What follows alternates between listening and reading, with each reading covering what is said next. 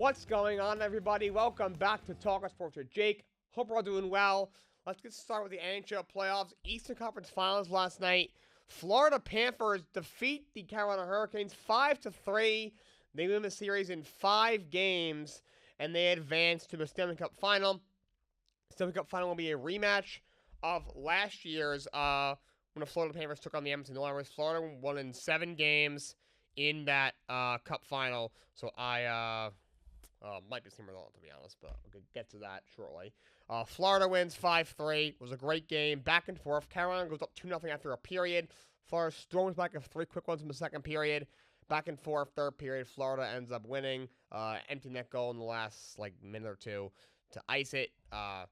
2 goals in a losing effort for Svechnikov, but a goal and assist each from Matthew Tkachuk, and actually not each, but Carter Hagee with the go-ahead goal a little bit later in the third period. That gave them a 4-3 lead. And Florida wins 5-3, and they are in for the 3rd year in a row we're in the Cup Final. Remember, 2 years ago as an 8 they had that crazy run. And then last year, they won the Cup Final, beating Edmonton in 7 games, and now they're going to face Edmonton Oilers once again. Game 1 of the Cup Final is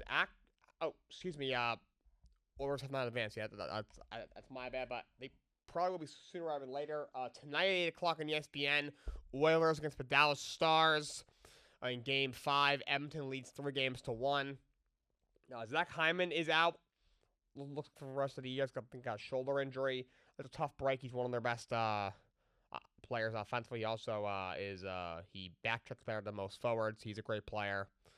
It's definitely a tough loss for the Oilers. I do think they will still win this series. I'm not sure they'll be able to beat Florida, but they're playing really well. Obviously, Drysdale's been on their planet this year. McDavid is McDavid. You got a lot of other guys over there. Obviously, Corey Perry's a veteran who's still a really good player. Looks like you get Matthias Ekholm back on the back end, at least for the Cup Final. Stuart Skinner is playing his ass off in net right now, so that Dallas team is really great, so can never count them out. But I think Edmonton will finish it off. But Game 5 is tonight as it shifts back to the American Airlines Center in Dallas, Texas for Game 5. Western Conference Finals in the NBA, shifting to the NBA playoffs. The Thunder finish up with Timberwolves cruising to a 30-point, 124-94 victory. Absolutely demolished the Minnesota Timberwolves in Game 5. They win the series in 5 games. They advanced to their first NBA Finals since 2012, 13 years ago, and their second one ever. They won the Finals back in 1979 as the Seattle Supersonics. They have not won since. They have not been... Actually, it's only the second Finals appearance, and they've never won since they became the Oklahoma City Thunder. So congratulations to the Oklahoma City Thunder. Big accomplishment for them. Of course, trying to finish off an incredible year. They won 68 games. Shai Gilgeous-Alexander once again leading the pack with 34 points, along with 7 rebounds in this one. And only had 4 free throw attempts, so it's not called the free throw merchant. Chet Holmgren adds 22 points and 7 rebounds. Jalen Williams adds 19 points. Shea leading the charge there. Timberwolves, they got some things to figure out. I'm going to talk about them in a little bit, but they were once again struggles. 7 of 18, 1 of 7 from 3, 19 points. The leading scorer was actually Julius Randle, who had 24 in the game. I think we need to have a conversation about Anthony Edwards. I like his game a lot. He's a great player, so really young. I think he could be a superstar in a couple of years. I don't think he is one right now. I really don't. He has not been good in the conference finals last year or this year. Last year, he did not play very well. He did not shoot the ball. He did not shoot the ball well in this series either.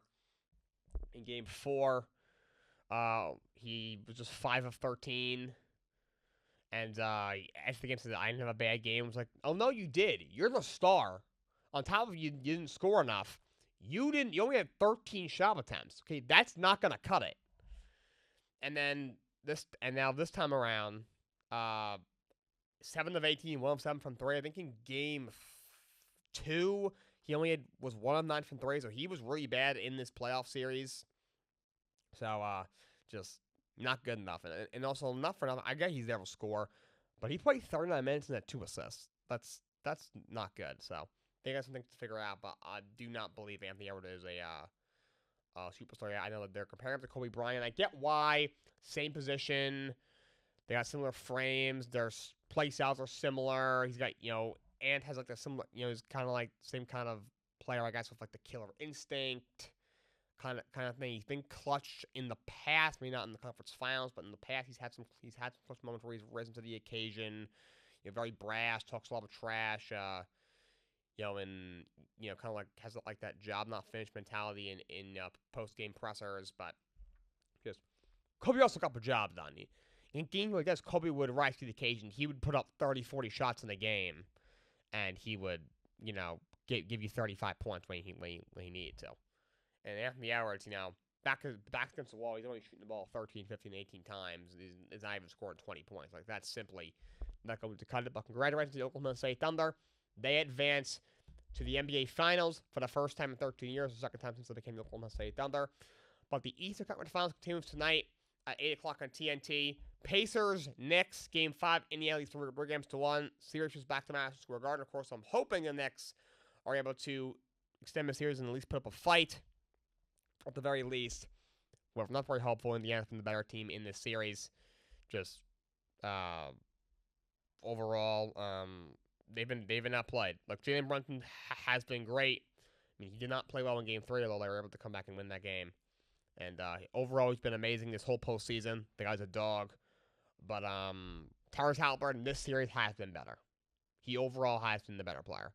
And just like, I can go down the list, how like Nembhard's been better than Mikal Bridges. Like, I can do that for the entire starting 5. They have a deeper bench. They're better defensively.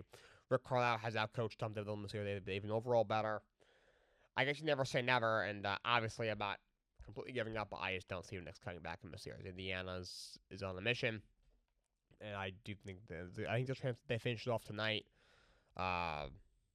I would love to see them win one more game at the Garden, at least make us a fight. Because now, if you win Game 5, if you could find a way to steal one in Indiana, coming home for Game 7, you have the momentum, but it's going to be very, very hard to do. But Knicks Pacers Eastern Conference Finals tonight. Pacers have a chance to win and officially meet the Oklahoma State Thunder in the NBA Finals.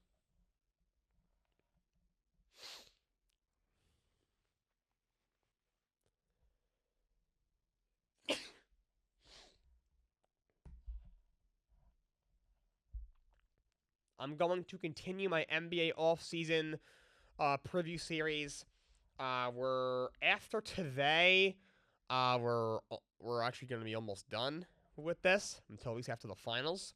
But first team up today is the Denver Nuggets. So Denver loses in 7 in the conference semis to the Oklahoma State Thunder. Kudos to Jokic and those guys for taking OKC to 7 because they've been unstoppable. Obviously, they literally wiped the floor with the Memphis Grizzlies. Minnesota Timberwolves, who are really good and better team than Denver, only got to 5. So kudos to Jokic and the Nuggets. But what did I do? 2 years ago, you won a championship. Since then, obviously, you've lost a couple pieces. Kentucky's Caldwell Pope is no longer on the team. Bruce Brown is no longer on the team. Obviously, you fired Mike Malone a week before the postseason. David Allen, the interim coach, who's obviously just became the full-time head coach. And you've lost him second round back-to-back years in 7 games. So, what do? So you obviously had, to me, the league's best player, Stone Jokic. You have a top 2 player, Malagan Jokic. Guy's a freak. Jokic is 29 years old. He's got 2 years and then plus a $60 million player option in 2028. So you got 2 or 3 years left of him on your contract. I think you need to move some pieces around. I'm not moving Aaron Gordon. That guy is too impactful defensively. He worked on a 3-point shot a lot this year. But looking at it, Jamal Murray's big extension kicks into this upcoming season.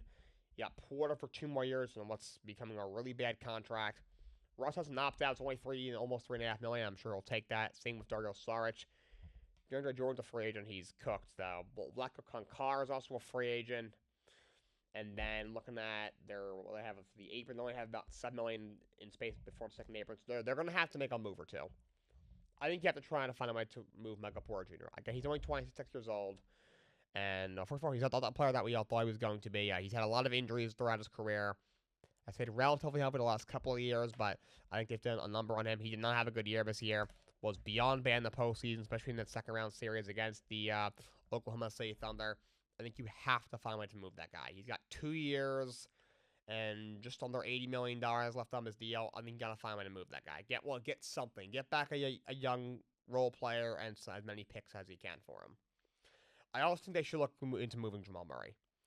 Now, I get why you wouldn't want to do that. You know, the only other legit point guard on the roster, Russell Westbrook, may not be back next year. Even if he is, he's going to be, what, 37 years old, not near the same player. I get Murray fits really well next to Nikola Jokic. He's only 27 years old. And this is a guy who has torn ACL in the rearview mirror. I know that postseason run 2 years ago, he was amazing, but he's very inconsistent. One night he goes out there, he's giving you 35, 40 points. The next night he gives you 12. He's too inconsistent.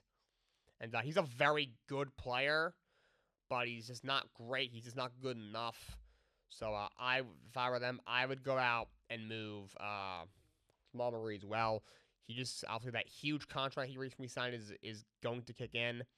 He's going to make almost $47 million next year, but last year of a deal in 2029, he'll be making $57.5 million. This is only going to get worse. Move him now.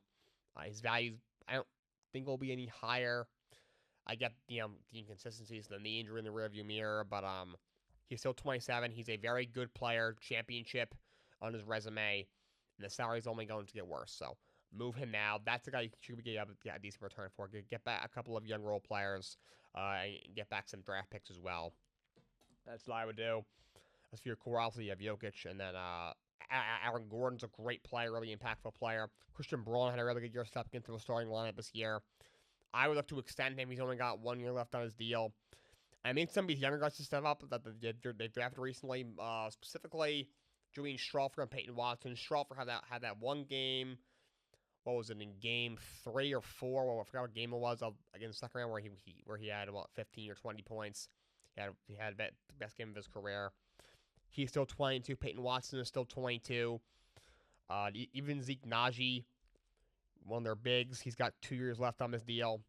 He has a player option, it's only $7.5 million in 2028.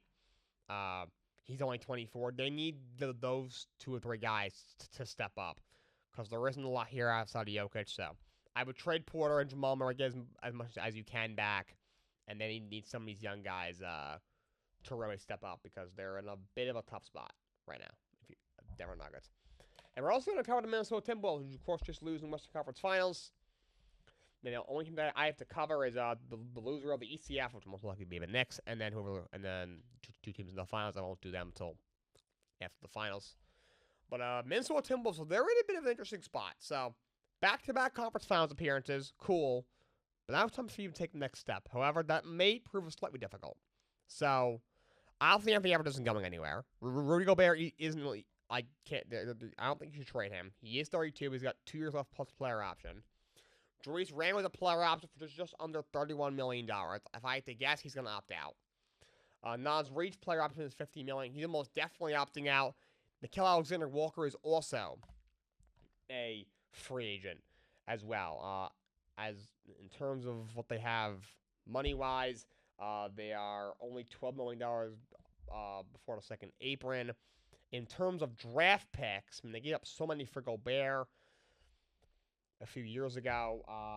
Detroit would have had your pick if it was, I think it was in the top 11. So picks-wise, Utah's got your pick next year. And then you'll have your own pick till 2028. So you're kind of in a tough spot because a lot of this team may not be back. In terms of Reed, Randall, and Alexander Walker, I don't think it's impossible you bring back all 3. I don't think it's likely. I think you can bring back 2 of them, but it's also possible. I think it's also possible that they all leave. It's tough to who you would prioritize. I mean, I didn't think the Karl-Anthony Towns trade was super smart, although you could argue Julius Randle played better in the postseason than Karl-Anthony Towns has. Regular season, they were somewhat similar. Towns is probably slightly better in the regular season. I would say Julius Randle was better in the playoffs this year, so take your pick there. I really think, look, Randle was much better this playoffs. He had some stinkers, but overall he played better. I think he's a 3, at least come postseason. I think that guy could be like a 1B, a 2 in the regular season, but I think he's a 3 come playoff time. So you gotta get a legit 2 next to Anthony Edwards. So you have a guy who again, I don't think Anthony Edwards is a superstar right now, but I think he's definitely a star right now. I think there is a difference there. And I think he could be a superstar. Still only 23 years old. You have a big man in Gobert who really doesn't give you much offensively, but is a great rim protector and shot blocker.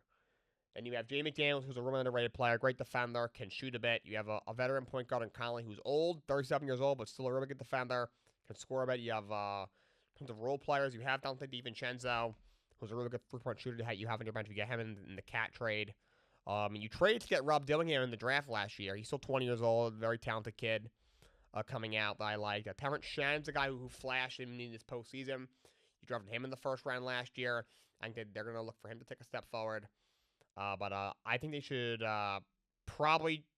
I don't see Alexander Walker coming back. He's a solid role player to have, but I don't see him coming back. I think Reed or Randy Yallerson, at least one of those guys. I think Nas Reed's really underrated. He was 6th man of the year last year. He's a really good shooter for a big man. Good defender. He's a really solid big to have. You can run double big with him and Rudy Gobert if you want to. For Julius Randle, I mean, I would try and re-sign him. If not, then what was the point of trading with Karl-Anthony Towns? You basically traded Cat for Dante DiVincenzo, who's not a bad player by any means, but what was the point at that point? You might as well kept Karl-Anthony Towns. So I would definitely try and re-sign Julius Randle. I would try and re-sign Randle and Nas Reed. If you can get Alexander Walker back, it's a bonus, but I don't see how that happens. I would try and re-sign Randle and Nas. I would try and look for a legit number 2 as well, next to Anthony Edwards, whoever that might be. And they need Dillingham and Shannon Jr. I think they're going to count on those two guys to really take a step forward next year. Both were first-round draft picks this past year. So, but I think try and re-sign Randle and Reed and go after a legit number 2, maybe get yourself a legit wing. Right now, your 3 is probably Jaden McDaniels. If you're able to get an even better wing, maybe move McDaniels from the lineup, or even move him, make him your 6th man. I'm not that he doesn't belong in the starting lineup. That guy's a really good player, but I would go out and try like a number 2, like a legit wing, maybe like a Zach LaVine, something like that, next to Anthony Edwards. Finish off today. We are going to, I'm going to give you my top 10 running backs in the NFL heading into this season. Did my top 32 quarterbacks heading into the season yesterday. Now we're going to do my top 10 running backs heading into the season. Number 10 is Chase Brown. Brown last year, second half of the year, was an absolute beast. He went off. He really took the running back 1 role and ran with it. Obviously, going in, you had him. You had Zach Moss, who they brought in to really be the true one. Chase Brown kind of stole it from him halfway through the year. I think this guy could be in for a breakout season. I know that line in Cincinnati is kind of a work in progress, but you've drafted a lot of guys in recent years. It should be better this year. That passing offense is going to be so elite that you're not able to stack the box against Chase Brown, so I expect him to have a really, really good season. He's also a weapon in the passing game, so I think Chase Brown in that offense is going to eat a lot. I have him at 10. At 9, I have Bucky Irving. Irving was the guy who the Bucs took a flyer on last year, and it really worked out for them. He had a great season. Started off kind of taking a backseat to Rachaad White, but he was so effective that as the year went on, he kept getting more and more touches to the point where he was the clear RB1 in Tampa. I think this guy's going to be a great running back for a long time. He had a great season last year. He also has some pass-catching ability, so I have him at 9 right now. At 8, I have James Cook. He's really broken out the last 2 years, got himself a big contract. Obviously, the younger brother of Dalvin Cook, former Vikings running back. Good for him. He's turned himself into a really good running back. The Bills went for so long, did not have a legit running game besides Josh Allen. They finally have him with James Cook. He's really good. So kudos to him. I have him at 8. At 7, I have Josh Jacobs. Jacob had a great year last year. When he signed that contract, I didn't love it. That was a little bit of lower pay, but he proved to this point it has not been. He was money last year, was a beast in the red zone, was one of the best pure runners in football last year. He's been on and off throughout his career. He's a rookie, was offensive rookie of the year, then had a couple of down years. Then all of a sudden he leads the league in rushing. Then he had a kind of an injury-plagued year, and then he goes to Green Bay last year and was incredible. So overall, he's a very good running back, one of the better ones in the league. Obviously, will he be as effective this year? I'm not sure. I mean, now that you have Matthew Golden, their passing offense looks even more dangerous. So I could see him again. You're not able to stack the box against Green Bay because of the threat of the passing game.